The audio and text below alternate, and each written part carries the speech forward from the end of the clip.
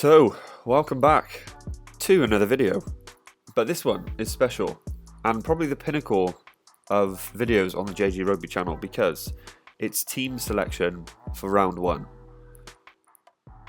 If you're new to these videos, which some of you probably are, team selection is where I pick my team for that round. This one, we're obviously kicking it off round one, but also importantly, you guys can post your teams down in the comments and I can reply, we can all reply essentially, to see if there's any glaringly obvious mistakes or people we've missed. So yeah, let's use this community to essentially just try and win our mini leagues. I think that's probably the main aim. You can see all of the starting teams on the screen now. So yeah, ever get stuck, go on Instagram, Six Nations, or yeah, they'd be at the start of this video. But as always, do encourage you guys to subscribe to the channel. We're actually almost at 4,000 subscribers, which is pretty nuts. So thank you all for doing that. But like I said, don't just subscribe, like, comment down below your guys' teams and your thoughts on my team as well. Because yeah, I would always imagine you guys have some input, which is great. So let me know. So, kicking it off, what you guys came for. Starting in the front row, as always, and yes, glaringly obvious, hold my hands up, I haven't picked two props. Had a bit of a discussion in the comments with some people in the previous videos, but you haven't got to pick 15 players, and with the budget being pretty tight for, well, some of the players' actual price, built my team and just noticed that yeah, I could not afford another player, so obviously someone had to go, or I had to reduce the overall value of my team, and to be honest, I didn't really want to do that. So got Gareth Thomas in. Gareth Thomas, yes, plays for Wales, who aren't in the best of form, but is a really strong player for them, and I think similar to like an Andrew Porter for Ireland, does stay on for good minutes, but also is a top defender for them. And you would imagine with France wanting to impose not only their backs into the game, but their power game from the forwards, you'd hope that Gareth Thomas would try and nullify that. So yeah, I think he's a pretty decent prop option. Second to that, I've got Malvaca, so have picked one of my 4 French players already.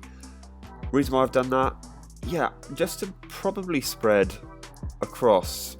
You'll see in a minute where most of my French players have come from, but yeah, I think Malvaca has a good try scoring record, but also, as you can see from the image now, he does like to get in wide channels and make some good meters. So again, unlike a Jamie George, who's not probably going to run 60 meters plus, Malvaca will do that for you as well as the other stuff. So I think he's a good asset, but again, worried that using one of my French spots, knowing that he'll come off around 60 minutes for Marchand. In the second row, again, gone for a Welsh pick in Will Rowlands. Similar to Gareth Thomas, I'm taking the trend that he's going to rack up a fair load of tackles against France. Not much ball, but also line-out steals. Will Rowlands and Daf Jenkins are pretty decent in the air for line-out. Picked Rowlands because he's incredibly cheaper than Daf Jenkins. Can't lean to which one is more likely to get line-out steals. But yeah, Will Rowlands is just all-round a tackle machine. Yes, Jenkins is as well a good option, but Rowlands is that nice, cheaper pick. And then, of course, I have the man, Tyburn. Usually a great asset on fantasy because he's pretty much always down as a second row, but plays 6 most of the time. This game, however, he is actually playing second row with Ryan Baird at 6. But Byrne, yeah, like Rowlands, just offers so much. He defends, his turnover rate and ability is pretty decent. And also, line-out steals are going to be massive. And against England, who like to play a power game and a set-piece game, this will be crucial for Ireland essentially just tipping the win into their favour, which I think he can do. So for me, it was kind of between him and Itoje, but I picked Byrne, probably on track record, but also Ireland favourites. Then, into the back row. I haven't skimped out on budget on this one.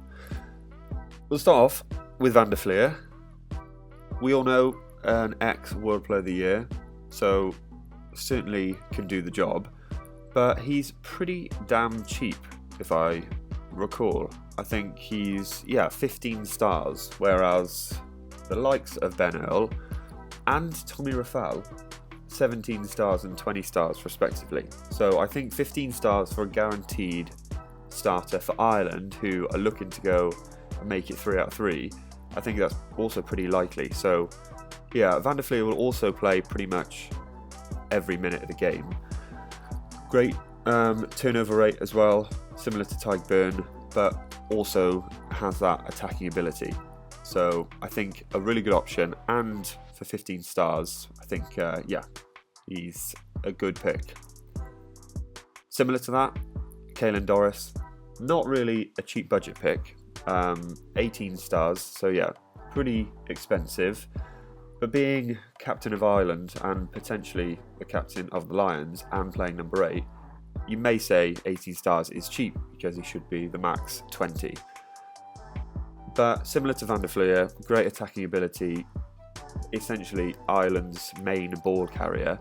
So we'll get great meterage, off scrum, can pick and go. Again, try scoring ability is pretty high as well, likes to hang out in those wide channels, but in theory will just carry all day, and England do get good possession, will also tackle hard. I don't think you can put it past Caelan Doris to have a pretty decent Six Nations, and also up there for man of the match pretty much every game as well. And then finally, maybe one you guys maybe scratching your head a little bit is Ben Earl.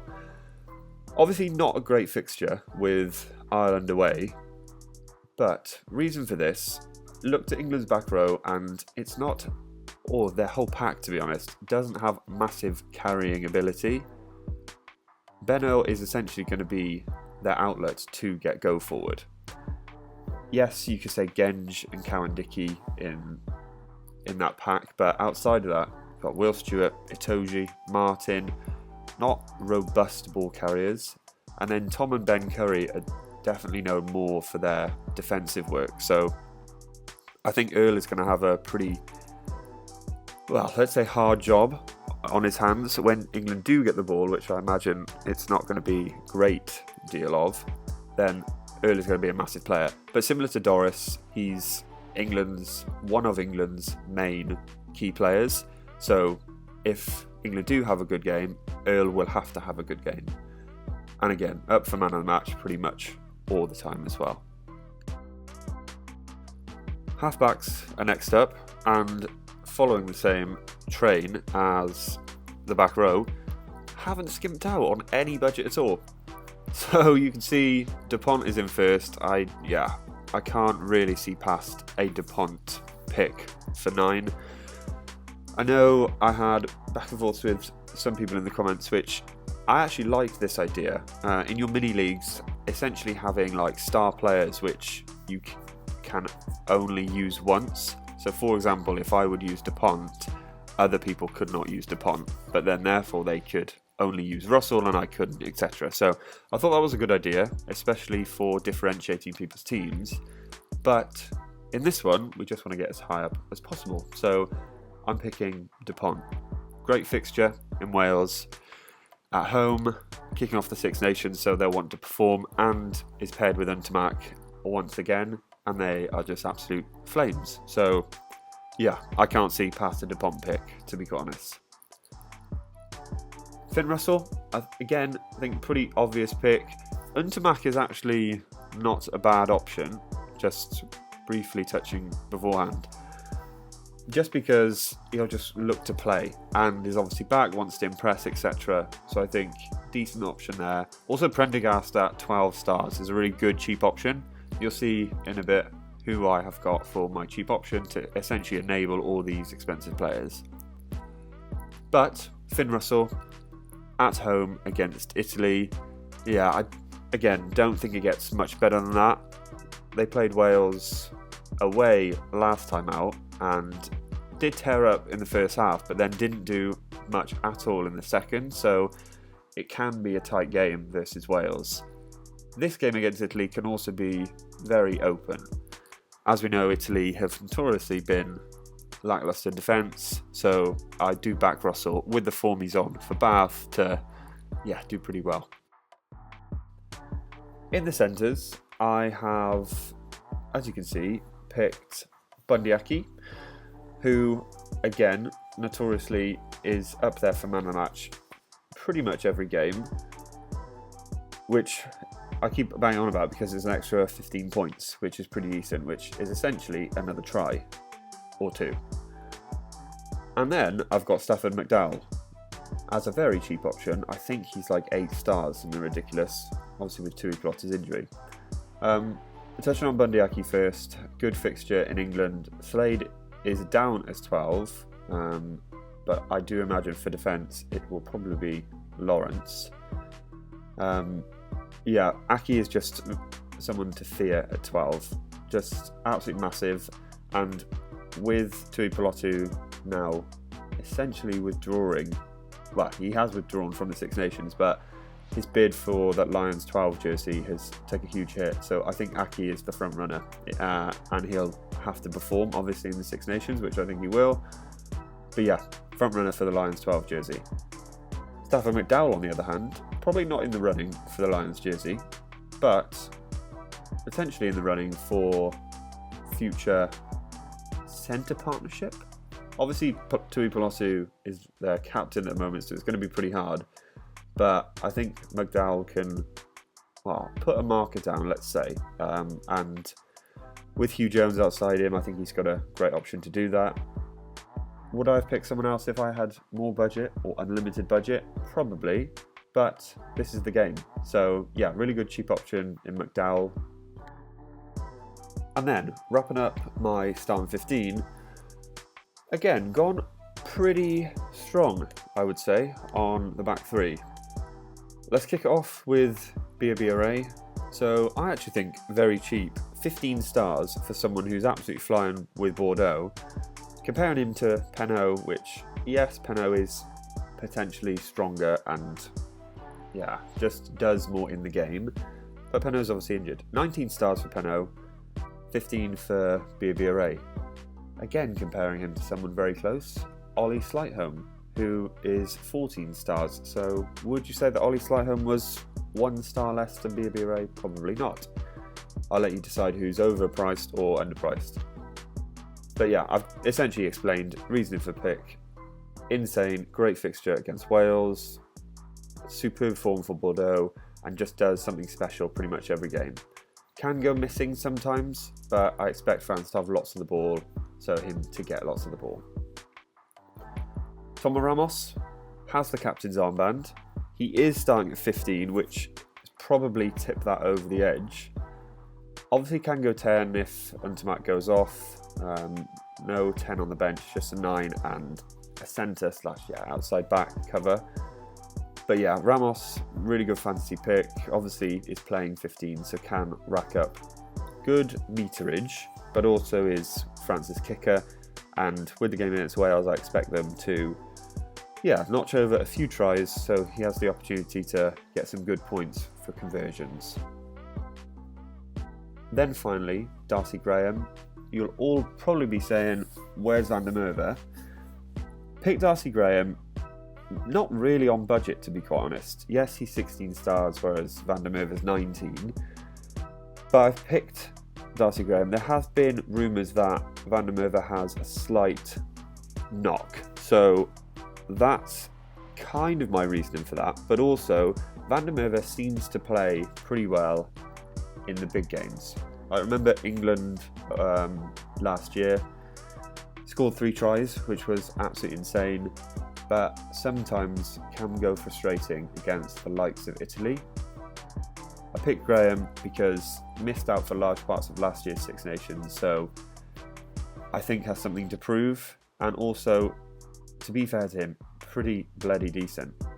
Everyone talks about Van der Merwe, and they're pretty much on the same par with regards to overall Scotland tries. So, yeah, I think it could be a coin toss, but yeah, I've gone for Graham just for the sheer pace and agility of it. And then finally, but hopefully not least, my super sub is currently on Tom Jordan. I've been liking the chatter in the comments on the previous videos with regards to who to pick for super sub, especially latest video. I think I'm definitely this year swaying more towards 10s and kickers and outside backs, to be fair, than I have been for the likes of hookers, let's say.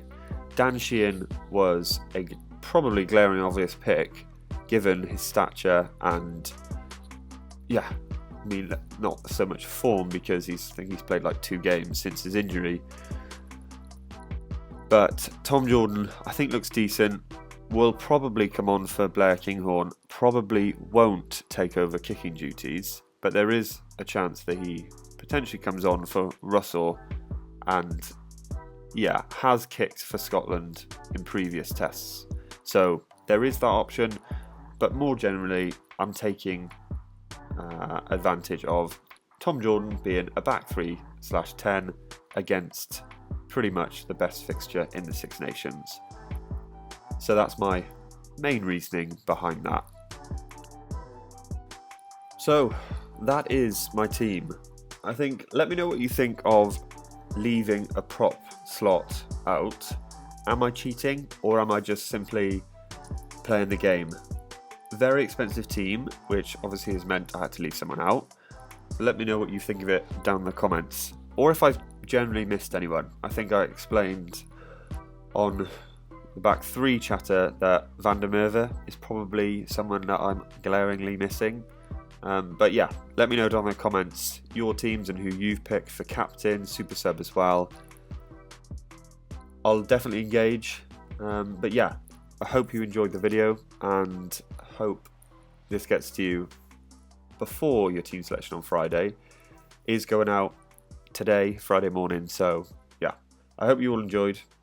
Good luck for round 1, and I'll catch you all in the next one.